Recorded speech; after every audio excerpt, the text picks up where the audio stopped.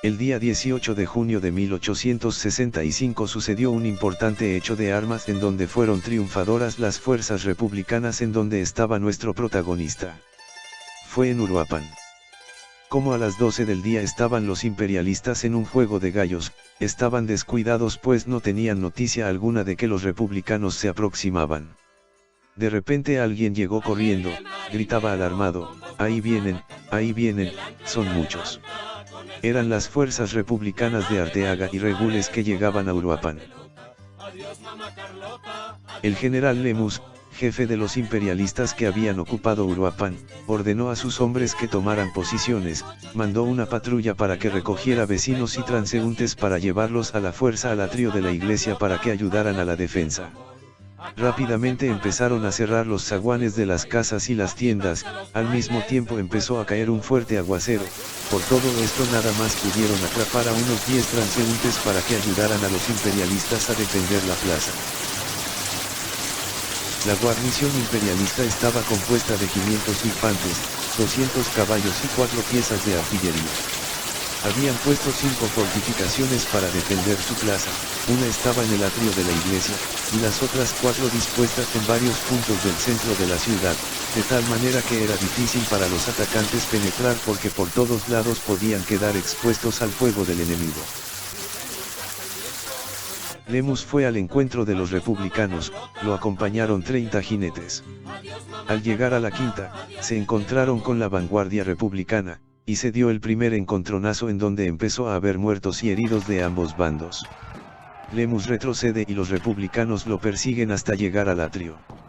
Allí se traba otra lucha y los imperialistas se agolpan en la entrada de la fortificación para entrar, lo hacen con premura porque estaban recibiendo el fuego enemigo. En ratos la pelea era cuerpo a cuerpo usando lanzas y espadas, hasta que pudieron lograr entrar a su fortificación, y allí se protegieron, mientras los republicanos tomaron posiciones alrededor de las fortificaciones. A la 1 de la tarde empezó la batalla en donde las fuerzas al mando de Arteaga, Riva Palacio y Regules pelearon para recuperar la plaza de Uruapan. Durante varias horas no cesaba el fragor de los disparos, en las calles había un reguero de sangre, cadáveres y heridos.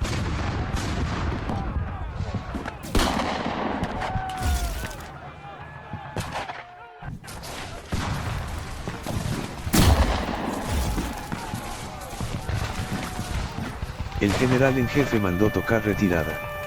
La batalla se suspendió por unos momentos y los republicanos se posicionaron en casas cercanas a las fortificaciones imperialistas. Pusieron tiradores en los techos y en las ventanas, así como pequeñas trincheras, y entonces comenzó un tiroteo entre sitiadores y sitiados. El cañón de uno y otro lado de vez en cuando tronaba.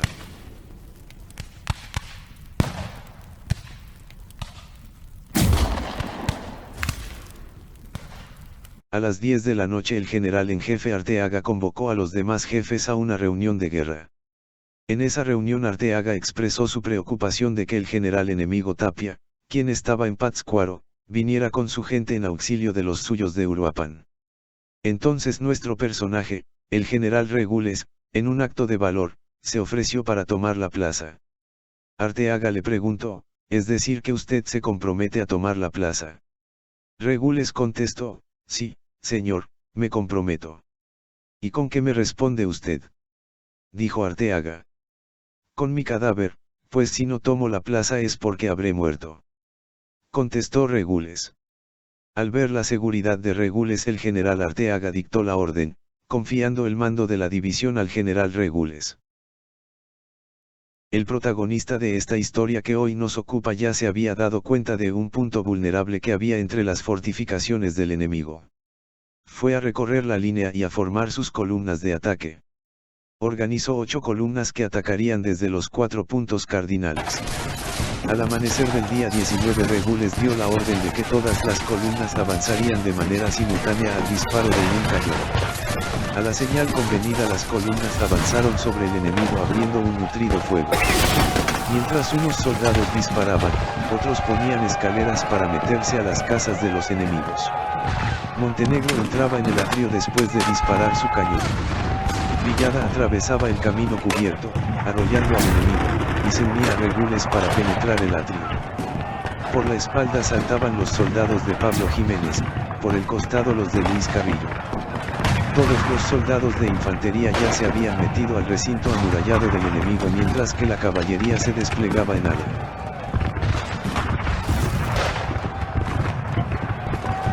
Los imperialistas que quedaban vivos se replegaron al interior del templo, pero tuvieron que huir por la sacristía. 400 de ellos quedaron sin salida y fueron tomados prisioneros. Todo el armamento, vestuario, equipo y caballos pasaron a poder de los republicanos. Solo parque no encontraron, tanto unos como otros habían quemado todo el parque que tenían. Eran las 12 del día del 19 de junio de 1865, cuando concluyó esta importante batalla en la que triunfó la causa patriótica. Después de esta batalla estuvieron haciendo algunas tareas de reorganización, recuperación de parque y de restablecimiento del gobierno republicano en Uruapan, cuando el día 21 llegaron noticias de que las columnas francesas que estaban en Puruándiro se dirigían a marchas forzadas hacia Uruapan. La carencia de parque, la fatiga de la tropa y la necesidad de cuidar de los prisioneros los obligó a tomar la decisión de abandonar Uruapan y emprendieron el camino a Taretán. La marcha la hicieron en medio de la tristeza porque deseaban permanecer en Uruapan para recuperarse y descansar.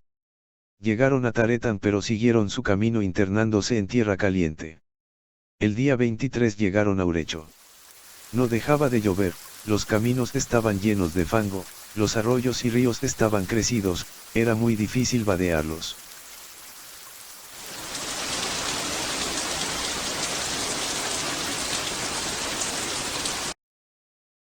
El día 26 de ese mes de junio pernoctaron en el rancho de Latuto, y el día 27 llegaron a la hacienda de Tamo. Las jornadas eran cada día más fatigosas. El día 28 se dirigieron a Sinagua. El calor era insoportable, no habían comido desde la víspera, pero tenían más sed que hambre. No había nada de agua por aquel camino que recorrían. De repente empezaron a enfermarse, se caían del caballo, gritaban de dolor, eran presa de horribles convulsiones y tenían el semblante amoratado, eran víctimas de la insolación. La llegada de la noche les ayudó un poco, pero antes de eso murieron 60 hombres quienes fueron sepultados la mayoría en Sinagua. El repentino cambio de clima de frío a caliente les hizo daño. Con estas penalidades llegó el ejército a Churumuco el día 28 de ese mes de junio de 1865.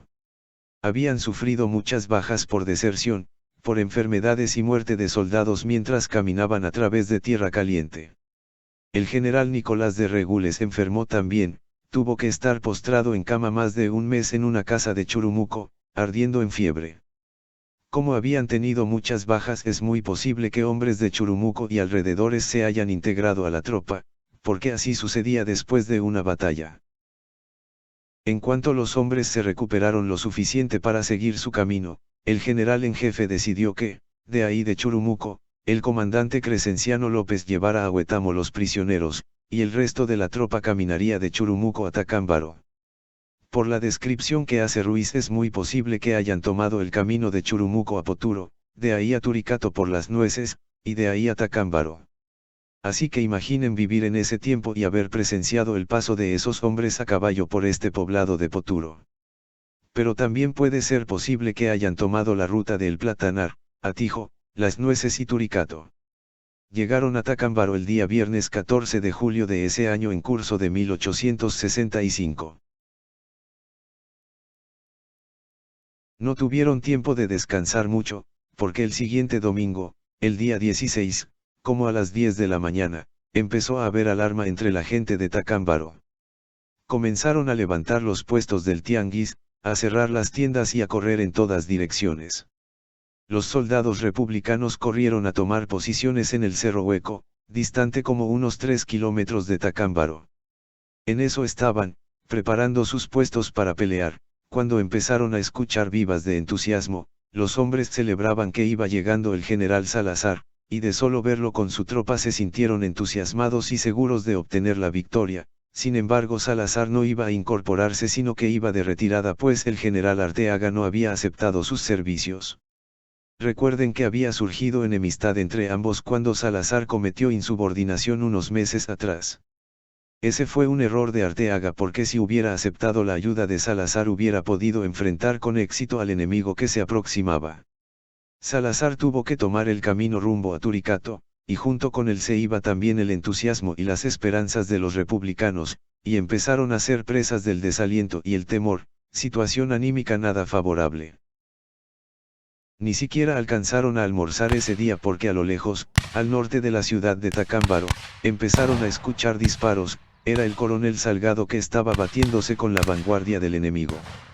Los generales Arteaga y Riva Palacio, que recién habían ido de Tacámbaro a Cerro Hueco, apenas tuvieron tiempo de organizar las líneas de batalla. Los batallones estaban confundidos, las piezas de artillería unas estaban desmontadas y otras todavía estaban sobre el lomo de las mulas. El ejército republicano estaba compuesto por unos 1500 hombres. Por su parte la columna enemiga era de unos 900 hombres al mando del teniente coronel Van der Smissen, el mismo que perdió la batalla de Tacámbaro del 11 de abril de ese mismo año. El enemigo apareció por donde estaban unos cañaverales, cercas de Tacámbaro. Se parapetaron detrás de una cerca, desde allí abrieron fuego de artillería y de fusilería.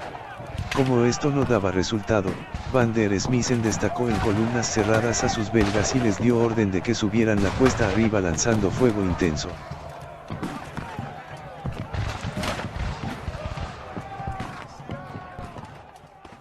El choque fue terrible. Los jinetes republicanos huyeron abandonando sus cabalgaduras mientras que los belgas seguían ascendiendo, pero al chocar con la infantería republicana se trabó un reñido combate a la bayoneta. Los soldados republicanos pelearon con tal bravura que los belgas empezaron a retroceder. Nuestros soldados se arrojaron sobre la legión extranjera y muchos de los belgas tiraron sus carabinas y emprendieron la fuga. Cuando era evidente que nuestras fuerzas estaban venciendo, de repente, empezó a sonar el clarín dando la orden de retirada y alto al fuego. Los soldados liberales se detuvieron estupefactos, no podían creer que el general Arteaga diera esa orden. Algunos empezaron a gritar traición, traición, ya que ese momento lo más lógico era abalanzarse sobre el enemigo y derrotarlo por completo.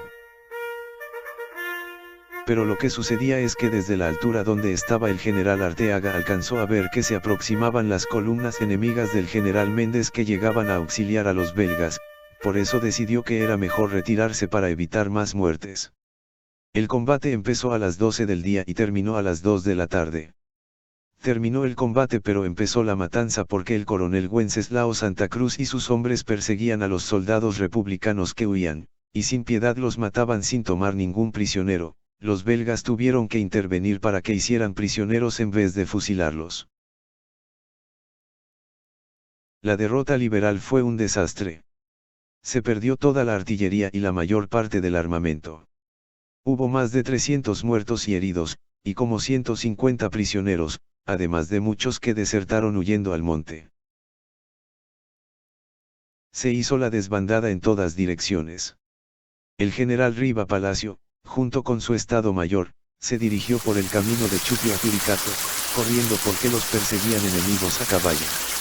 Empezó a caer una intensa lluvia que les ayudó para dejarlos atrás. Al llegar a Turicato divisaron sus dos ríos, el Caliente y el Frío, que circundan el pueblo y que se juntan al sur. Al entrar al pueblo la tempestad había cesado. Pero alcanzaron a ver a sus perseguidores que ya venían cerca. Lo que hicieron fue cruzar el río Caliente.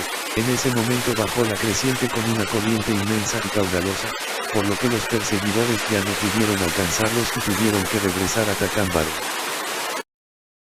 De Turicato Riva Palacio con su gente se van para la Huacana. Aquí una vez más es posible que hayan pasado por Poturo, porque Ruiz dice que le dieron por el río del Olvido a Oropeo y de allí a la Huacana. Riva Palacio seguía siendo gobernador del estado, así que estando allí la Huacana se habilita como capital provisional del estado y realiza algunas funciones administrativas y de gobierno. Desde la Huacana el general Riva Palacio escribe una circular para informar a los demás jefes militares y a los funcionarios la noticia de la derrota de Cerro Hueco del 16 de julio de 1865, cerca de Tacámbaro. Resulta que al emprender la huida el general Arteaga cayeron, caballo y jinete, a una profunda barranca en las cercanías de Chupio. Sus perseguidores tal vez lo dieron por muerto o tal vez no lo vieron caer, el caso es que allí quedó tirado inconsciente unas horas. Hasta que unos peones de la hacienda de Chupio le avisaron al administrador, don Procopio Rodríguez, de su paradero. Don Procopio envió inmediatamente por él, y lo trasladaron en camilla, porque estaba lleno de contusiones por la caída. El general Arteaga de ahí se fue para Turicato, y después a Huetamo, pues tenía que atender sus heridas y recuperarse. Después de esta terrible derrota los jefes militares se refugiaron en varias poblaciones de Tierra Caliente, Riva Palacio, Villada y el teniente coronel Leónides Gaona, estaban en La Huacana y en la hacienda del Tejamanil, en Turicato, Pedernales y Puluarán estaba Eguiluz y otros jefes, estaban reorganizando el ejército que había sido casi diezmado por las fuerzas francesas y buscando la forma de rearmarse y proveerse de parque, así como reclutando más hombres. En esas circunstancias estaban al comenzar el mes de agosto de 1865. Tal vez habrán notado que nuestro héroe, el general Nicolás de Regules, no se menciona en la batalla de Cerro Hueco. La razón es porque estaba enfermo, pues desde que enfermó en Sinagua y Churumuco a finales de junio, y hasta principios de septiembre aún no se había recuperado, según el registro histórico le pegó una especie de paludismo o dengue, lo que lo imposibilitaba para pelear. De por sí habían enfermado de insolación cuando llegaron a Churumuco, y además seguramente una nube de mosquitos o zancudos les han de haber picado, y por eso se ha de haber enfermado de las enfermedades mencionadas. Mientras Nicolás de Regules yacía en cama enfermo en una casa de Tacámbaro, el gobernador Riva Palacio, en coordinación con el general José María Arteaga, quien estaba en Huetamo, hacían todo lo necesario para restablecer el ejército patriótico que fue casi extinguido en la batalla de Cerro Hueco el pasado 16 de julio de ese año de 1865. En Huetamo el general Arteaga se ocupaba en la fabricación de parque, vestuario y equipo de la tropa, y por su parte Riva Palacio, en Tacámbaro, dictaba órdenes para que volviesen a formarse los batallones y cuerpos de caballería, hacía las diligencias necesarias para proveerse de fusiles, bayonetas, mosquetes y lanzas para su armamento. De tal manera se había recuperado el ejército que el 16 de septiembre de ese año de 1865 se festejó la independencia nacional, en donde el ejército marchó por las calles de Tacámbaro, mostrando a los soldados disciplina y entusiasmo. En menos de 2 meses se habían reparado con creces las pérdidas, el ejército era más numeroso pues estaba compuesto por unos 1600 hombres, estaban mejor vestidos y equipados y estaba repuesta la caballada. Algo digno de mención porque los imperialistas después de la derrota de Cerro Hueco del 16 de julio habían proclamado que el ejército del centro no existía ya, que se había extinguido. Sin embargo, en ese momento nadie vaticinaba la tragedia que se acercaba, porque días después, el 13 de octubre del año en curso fueron sorprendidos por los enemigos en el pueblo de Santa Ana Amatlán, y fueron hechos prisioneros el general José María Arteaga, el general Carlos Salazar, el coronel Jesús Díaz Ruiz, el coronel Trinidad Villagómez y el sacerdote católico y capitán Juan González, y fusilados el día 21 de ese mismo mes en Uruapan. El coronel Villada también fue tomado prisionero pero le perdonaron la vida. Estos son los que se conoce como mártires de Uruapan. El general Riva Palacio no fue tomado prisionero porque en ese momento se encontraba en otra ubicación, caminaba rumbo a Paracho. El plan era amagar Pátzcuaro y Morelia para atraer la atención del general enemigo Méndez y así evitar que persiguiera a sus compañeros que tomaron otra dirección. Evidentemente ese plan no funcionó, porque el general Méndez rápidamente se desplazó tomándolos por sorpresa en Santa Ana Amatlán haciéndolos prisioneros. Mientras tanto el general Riva Palacio, sin saber lo que había ocurrido con sus compañeros fueron a Paracho, a Cherán. Después caminaron por la sierra, atravesando densos bosques y llanuras, hasta llegar a Quiroga. De Quiroga hicieron salida para Pátzcuaro pero al ver que la ciudad estaba bien protegida le dieron para Morelia a donde llegaron el día 12 de octubre como a las 3 de la tarde. El general Riva Palacio dio la orden a 2 de sus coroneles que junto con 20 hombres penetraran en las calles de Morelia y que procurasen hacer salir parte de la guarnición para batirlos afuera. Morelia tenía cerca de 1000 hombres de guarnición, entre ellos una compañía de franceses y parte de la legión belga.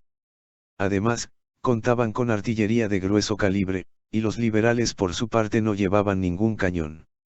Por eso el general no consideró enfrentarse a los imperialistas directamente porque de seguro serían derrotados. El coronel Domenzain entró hasta cerca de la plaza de San Agustín, y el coronel Villanueva avanzó hasta el colegio de San Nicolás, donde se encontró con un pelotón de franceses y belgas, los atacó y los hizo retroceder, quedando un muerto y un herido que se llevaron prisionero. Esa acción despertó la alarma de la guarnición enemiga, se empezaron a oír los toques de trompeta. Era el momento de retirarse. Dieron vuelta y se integraron al resto de la fuerza que habían tomado posiciones para esperar al enemigo. Sin embargo, el jefe imperialista solo envió una columna de 200 belgas que tiraban desde lejos. Por eso el general Riva Palacio dio la orden de retirarse. Después tomaron el camino rumbo a Puluándiro, a donde llegaron después de 2 días de camino. Estuvieron en Puluándiro hasta el día 16 de octubre. El día 17, en la madrugada, el general dio la orden de salir para Pátzcuaro, pero antes de llegar a esa ciudad se enteraron de que el general Arteaga había sido derrotado en Santa Ana Amatlán, y que había sido hecho prisionero junto con otros jefes. Por ese motivo, en vez de ir a Pátzcuaro, se fueron para Coeneo, donde durmieron esa noche. Al día siguiente partieron para Acuitzio, y en una marcha apresurada de allí siguieron para Tacámbaro, a donde llegaron el 20 de octubre. Ellos no sabían todavía que, al día siguiente, el 21, sus compañeros de armas serían fusilados en Uruapan. El día 23 de octubre llegó a Tacámbaro la noticia de la muerte de estos hombres, jefes del ejército liberal en Michoacán. Se supieron los detalles de su ejecución en la plaza de Uruapan. En un principio la gente fue presa del temor y del pánico, después surgieron deseos de venganza, y algunos empezaron a decir que se tomaran represalias contra los prisioneros belgas que en ese momento estaban presos en Cirándaro, los mismos que perdieron en la batalla de Tacámbaro del 11 de abril. Ese día por la tarde se reunieron los jefes del ejército y de manera unánime proclamaron al general Riva Palacio como general en jefe del ejército del centro, reemplazando de esa manera al general Arteaga. El general Riva Palacio aceptó ese encargo de manera provisional porque debía proceder dicho nombramiento del presidente de la República. Fue así como llegó a tener este cargo, además de gobernador del estado. Una de las primeras disposiciones del general Riva Palacio ya como general en jefe del ejército del centro fue dirigida al coronel Leonardo Valdés, comandante militar de Huetamo, para que vigilara a los prisioneros belgas y los protegiese de alguien que quisiera vengarse por los fusilamientos de Uruapan del día 21. Dichas ejecuciones, en vez de hacer que los republicanos se desanimaran, más bien avivaron el fuego del patriotismo. Los que habían logrado escapar de Santa Ana a Amatlán, se fueron caminando a Tacámbaro, sabían que ese era el punto de reunión. Los sargentos u oficiales por el camino iban recogiendo a los dispersos y reclutando hombres. A fines de noviembre de ese año de 1865 nuestro héroe, el general Nicolás de Regules, ya se había recuperado del todo de la enfermedad que contrajo en Churumuco, y ya estaba listo para la acción. Recibió el mando de una división de 1500 hombres. Emprendió una expedición adentrándose en el territorio de Michoacán, en donde a veces cansando al enemigo, a veces atacando sus plazas, otras veces presentando batalla formal, puso en alarma a todo el ejército imperialista que operaba en el estado. Una peculiaridad que tenía era la rapidez con la que se desplazaba a galope sobre su caballo de un lado a otro, desconcertando así al enemigo. Un día aparecía aquí, otro día aparecía allá, en uno y después en otro punto muy lejano uno de otro. Esa rapidez dejaba admirados incluso a gente de ese tiempo acostumbrada a andar a caballo. Muchas veces sucedió que cuando los enemigos estaban a punto de alcanzarlo, de repente se les perdía sin hallar ningún rastro de él y sus hombres. Una anécdota que se recordaba por mucho tiempo ocurrió así: en un buen día llegó el general a Quiroga como a las 11 del día, se apearon de sus caballos y como estaban muy cansados el general les permitió descansar el resto del día y la noche.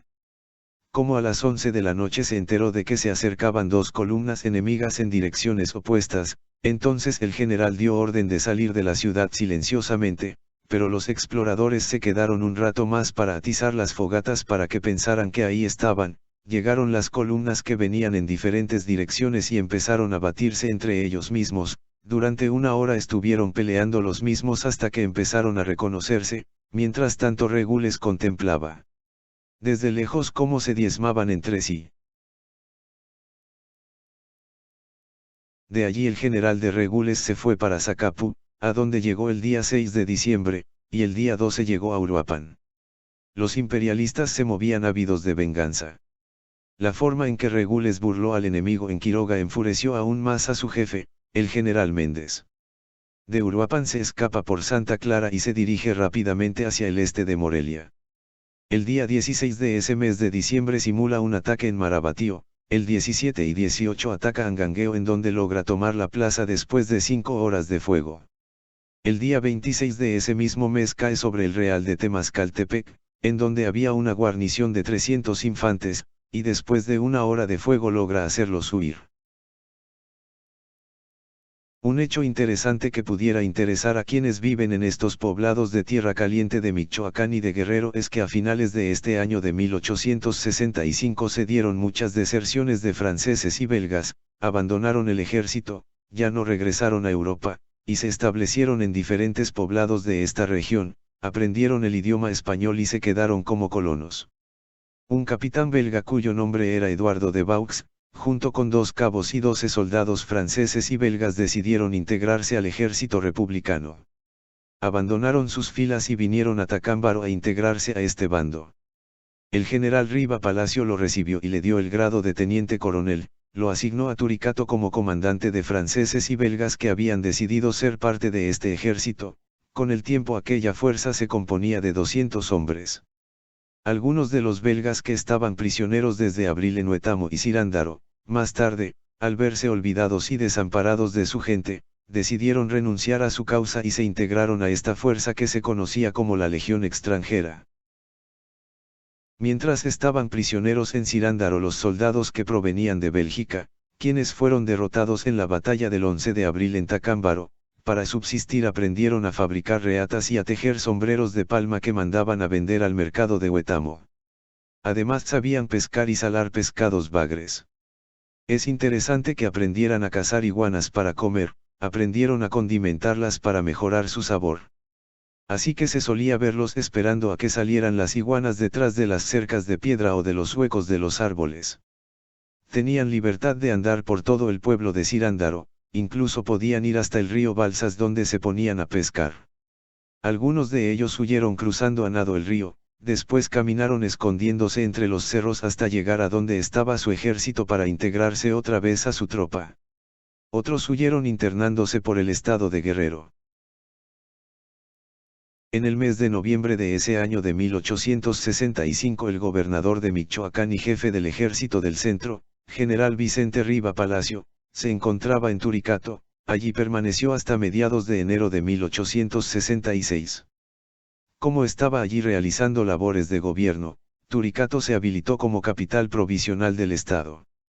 Desde este pueblo Riva Palacio hizo las negociaciones para realizar el canje de prisioneros, por medio de cartas se escribían con el general enemigo Ramón Méndez. El problema era que entre los prisioneros que los republicanos tenían en Huetamo y Cirándaro no había ninguno de los más altos grados, y los imperialistas sí tenían prisioneros de alto rango y pretendían entregar soldados rasos y quedarse con los de alto rango para fusilarlos. El general Riva Palacio proponía que el intercambio se hiciera sin tomar en cuenta ni el número ni la categoría de ellos. Gracias al mariscal Bazaine se realizó el trato de esa manera, realizándose el canje de prisioneros en Acuitzio el 5 de diciembre de 1865. El general Regules después de haber ganado la batalla de Temascaltepec estuvo unos días en Zitácuaro. El 4 de enero del año de 1866 vuelve al centro del estado.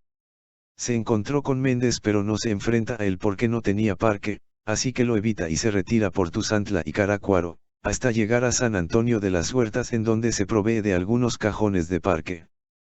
Carlota, adiós mi tierno amor. En tanto los chinacos ya cantan la victoria, guardando tu memoria sin miedo ni rencor. dicen mientras el viento tu embarcación azota. Adiós mamá Carlota, adiós mi tierno amor. Adiós mamá Carlota, adiós mi tierno amor.